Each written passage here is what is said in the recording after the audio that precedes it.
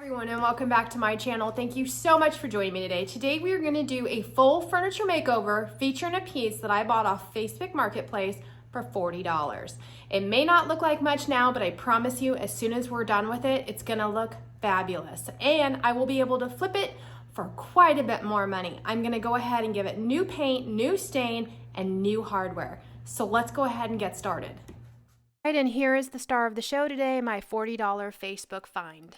So here's our piece. I've already deconstructed it and gotten it ready for the video. It is just pretty much a traditional maple dresser. It is solid wood. I did do some little minor repairs, as you guys can see. I filled some dents and dings with some wood putty, and that's pretty much all that had to be done. It was cleaned with Crud Cutter prior. My mom did that.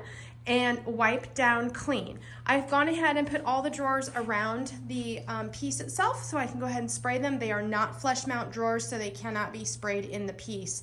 So let's get to it. I get asked often that I want to address before I start is how do I choose what I'm doing with a piece of furniture? Sometimes I know right away, sometimes it's driven by other decisions. Today's choice was driven by my hardware choice. And the reason why is I am updating the hardware and replacing it, and I'm very limited with the hole spacing that's on the current drawers. I don't want to drill and fill new holes on this one. I've done that a ton, but today I just don't feel like doing that. So I went shopping for my hardware first, and then that drove the look I was going for and what I would be doing with my paint and stain color. So let's go ahead and get this all started.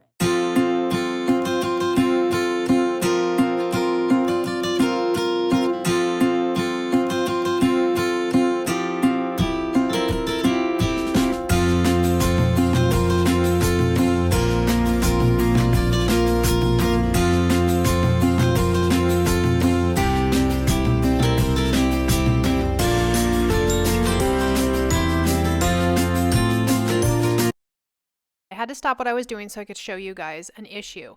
This is an adhesion issue, and what better time for an issue to arise than during a video so I can share with you guys how to fix it. So these little bubbles here, it's where the paint is not adhering or it's reacting. So I'm going to go ahead and fix this and tell you what I used. All right, to fix the issue, I went ahead and sanded it down and put some primer on it, waited for it to dry, went back over it with the paint, no problem at all. All right, so we're at the end of the first coat. I just wanted to give you guys a little quick walk around so you guys can see. And as always, I'd like to tell you guys, you're not looking for perfection on coat one. You're looking for good coverage, but know that it's going to take at least 2 to 3 more coats to get your optimal finish. All right, so on to the cardboard trick. You guys have seen me do this before. I line it up on the edge and I paint all 4 edges of the drawer, and it works out perfectly with 0 overspray on the finish. Check this out. This is immediately after I stopped filming to show you guys no cleanup whatsoever.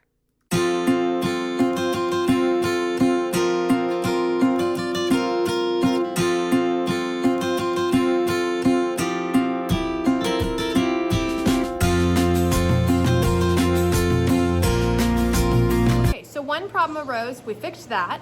And now I have another one, which these are great problems to have in a video so that I can showcase to you guys things happen and how do you fix them.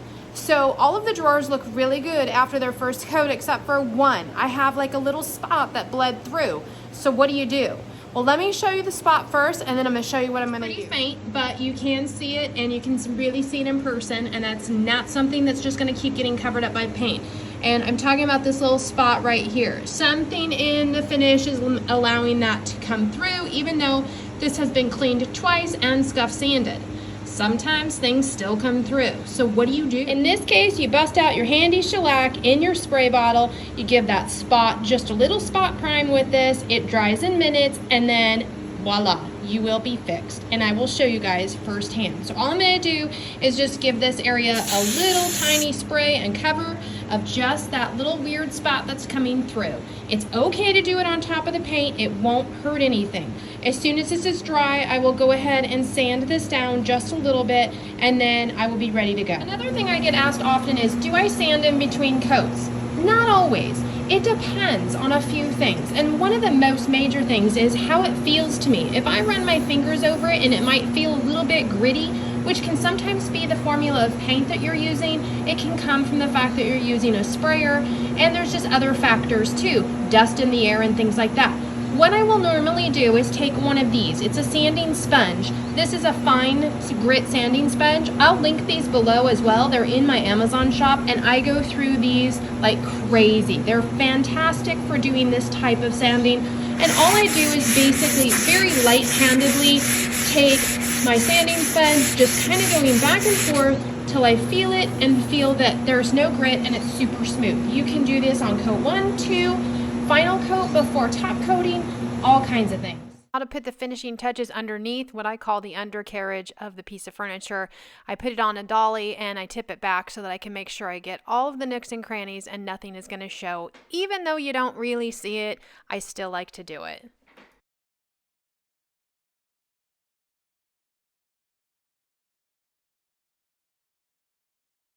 All right, and here's the piece all done. I did 3 coats total. I did a second coat as it was laying down on its back on all parts of the dresser. And then as I stood it up, I went one more just to make sure I got all little kinds of peek through and anything that may be coming through in the finish. So typically it takes about 2 to 3 coats when you're spraying.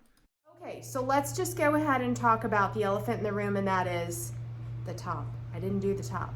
I didn't do the top because we're going to be doing a paint and stain combination. So my next step is to go ahead and sand this top to bare wood. Now I get asked this question all the time. Why do I do it that way? Why do I paint first and sand and stain later? It's just a preference. Different artists do things differently, and I have found that this process just really works for me. Sometimes it's about the fact that I can paint up to a certain point and then I get a nice clean line and then I can sand my top. Now, am I worried about getting sanding dust all over my piece? Not really. I have a HEPA dust collection system, so my sander is hooked into it and the dust is very minimal. All I do is just take some compressed air, blow off the excess dust, and it's done. So tomorrow we're going to go ahead and tackle the top. We'll be sanding it to bare wood, choosing a stain color to go with this beautiful paint, and then I'll show you the hardware. And then after that, we have to top coat our stain and put the hardware on, and we're done. All right, you guys, so we are on day 2. We're gonna go ahead today and tackle getting this top sanded. It is a solid wood piece, so I'm not worried at all about veneer burn through or anything like that. I am gonna start with 100 grit sandpaper, which is usually my typical. I start at 100, I go up to 120, 150, and then I end at 180. It's important not to go super duper fine with that last bit of sandpaper. It can change how your stain imparts to the wood if you go with too fine of a finished sandpaper. So 180 is plenty fine enough, and it will do a fantastic job. So let's go ahead and all right, it's time to go ahead and get to the sanding portion, and I'm showing you, this is my Festool CT MIDI 1. It is my HEPA dust collection system. I know it's a mouthful, but this is a fantastic system. It keeps the dust particles down very, very minimal. And as you can see, I've got all my sandpaper grits ready to go. On my sander is my 100 grit. That's what I'm going to start with. I'll work up to 120, 150, and then 180. For today's video, I'm using an orbital sander to go ahead and get all of this finish off. It's my Mercaderos 5.0.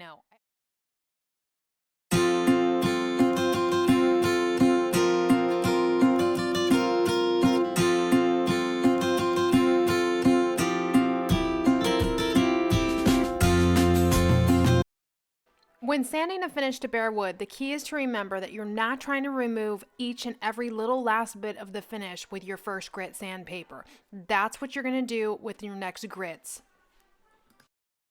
All right, next up is the edges. Now I could bust out my surf prep for this, but I just don't feel like it. So I'm going to go ahead and continue with my Merca Orbital, and it does the job just fine. In some areas you do have to go just a little bit slower as you get to the edge, which I am in fast forward, so it doesn't look like I'm doing anything slow.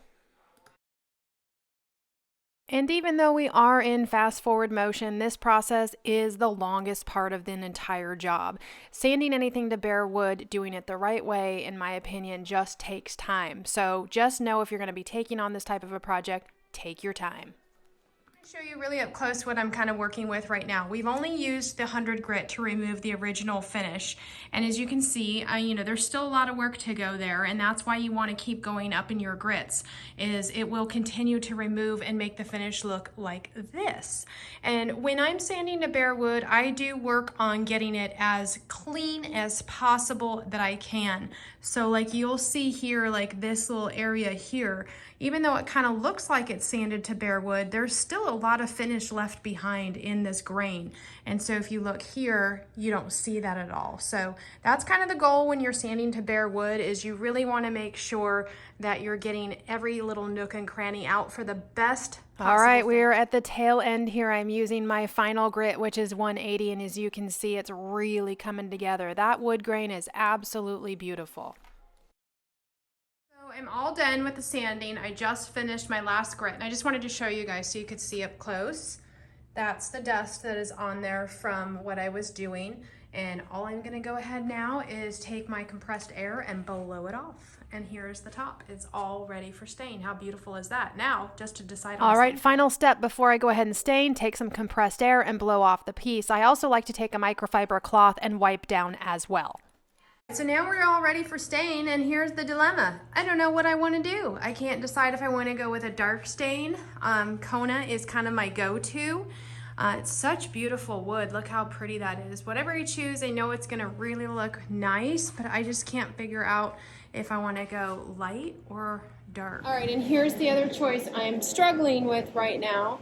I have this, which is a matte black, and this, which is a kind of a antique brass-ish color. Now the body of this piece is a light gray. I just can't figure out which one I like.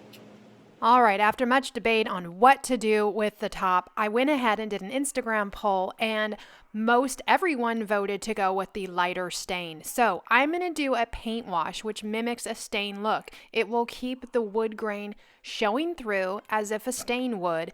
And so I'm going to just show you guys here what I'm using. I'm using Fusion's Algonquin, which is the darker taupe, and Cashmere, which is a lighter color. I'm going to go ahead and make a wash by pouring about half water, half paint. Give it a quick stir, and then we'll head on over to the piece and put this on. All right, it's time to get started, and yes, I am on a step ladder. I'm quite short.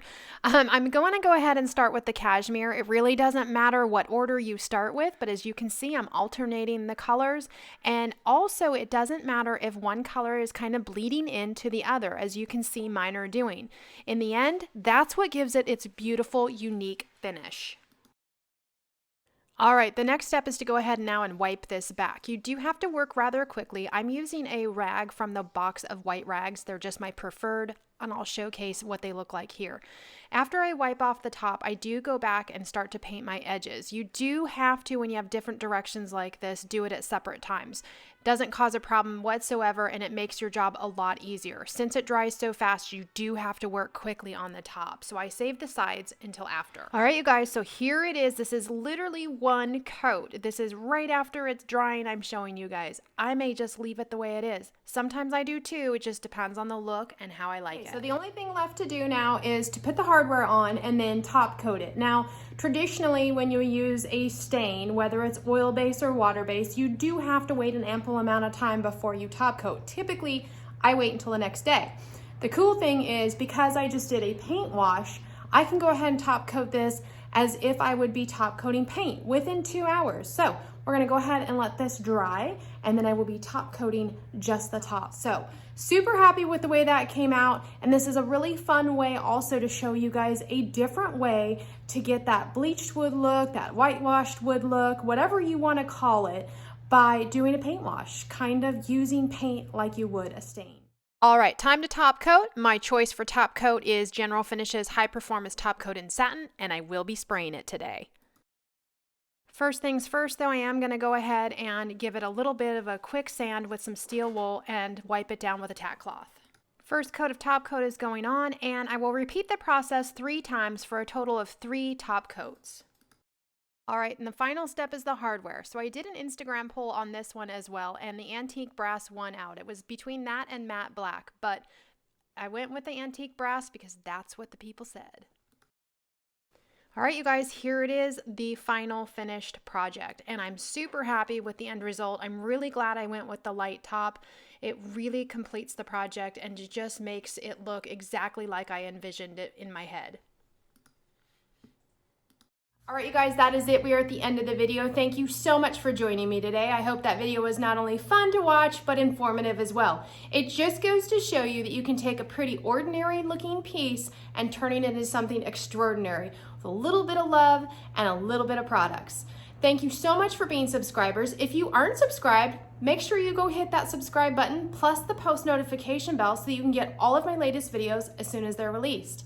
I appreciate you guys being part of my YouTube community. It helps keep my channel going, and I love answering questions. And if you have any positive comments or questions, make sure you leave them down below, as I'll always engage with you guys. Thanks again, and I'll catch you guys on the next video. Bye-bye.